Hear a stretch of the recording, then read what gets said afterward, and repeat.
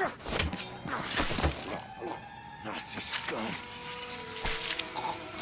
Welcome to the world of Wolfenstein: The New Order. My name's theDeModcracy, and today we'll be talking about the 10 things I love and hate most about the game. I'll be playing the new Colossus live on Twitch as this video goes live, so check the link in the description to join me there as we liberate the world from the Nazi regime. Without further ado, let's talk about the first thing I hate. Though I've happily dabbled in the first-person shooter genre's finest single-player campaigns such as BioShock, Half-Life, and solo Borderlands runs, I can't say I've ever been its biggest fan. This is primarily due to the difficulty of making a first-person shooter stand out in a unique way.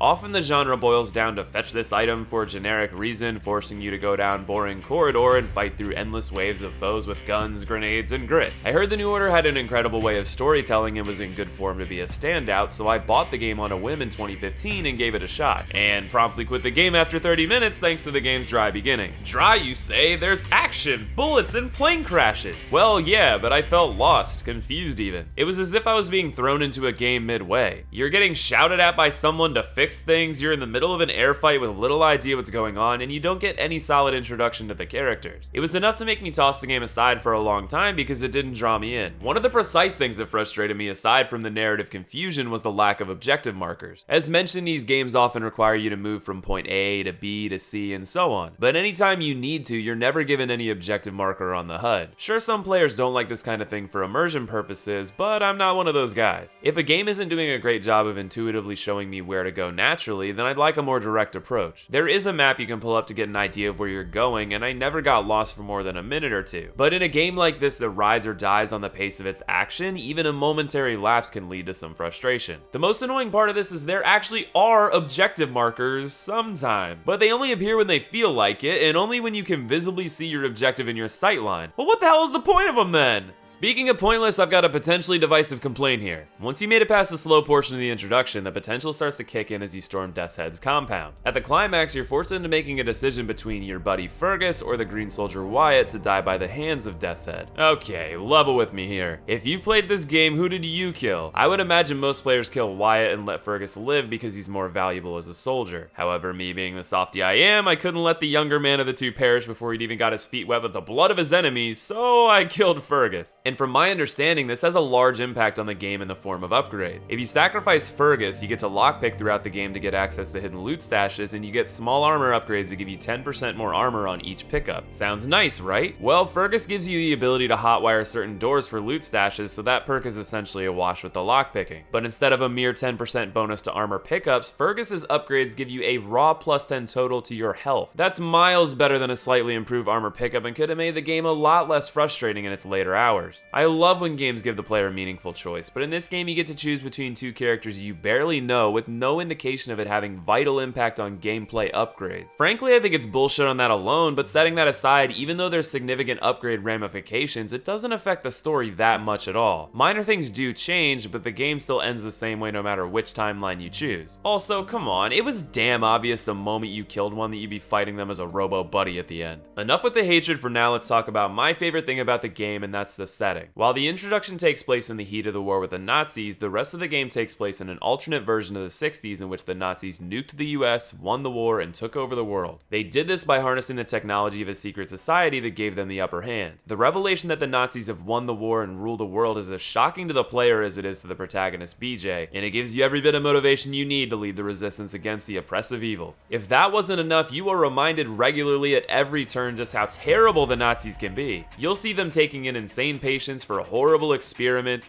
ripping your comrades to shreds in front of your eyes, and gutting you like a fish. This game rarely spares on the brutality, and I love every second of it. Probably one of the most satisfying scenes in the game is when you get to interrogate a Nazi officer with a chainsaw, and it cuts away. So maybe it spares a little bit. Don't worry, Gramps cleans house for you right after. There are many set pieces like this across the game that feature the brutality and delve into near psychological torture. One such scene takes place on a train you sneak undercover on as a German. You're held back by Frau Engel, a German officer who demands you play a little game of either or. Either disturbing photo or disturbing photo, and if you lose, she determines you to be impure. It's goodnight BJ. Either way, you come out unscathed, but she gets to you later in the game when you sneak into a prison to find a special engineer. What were you thinking, you stupid idiot?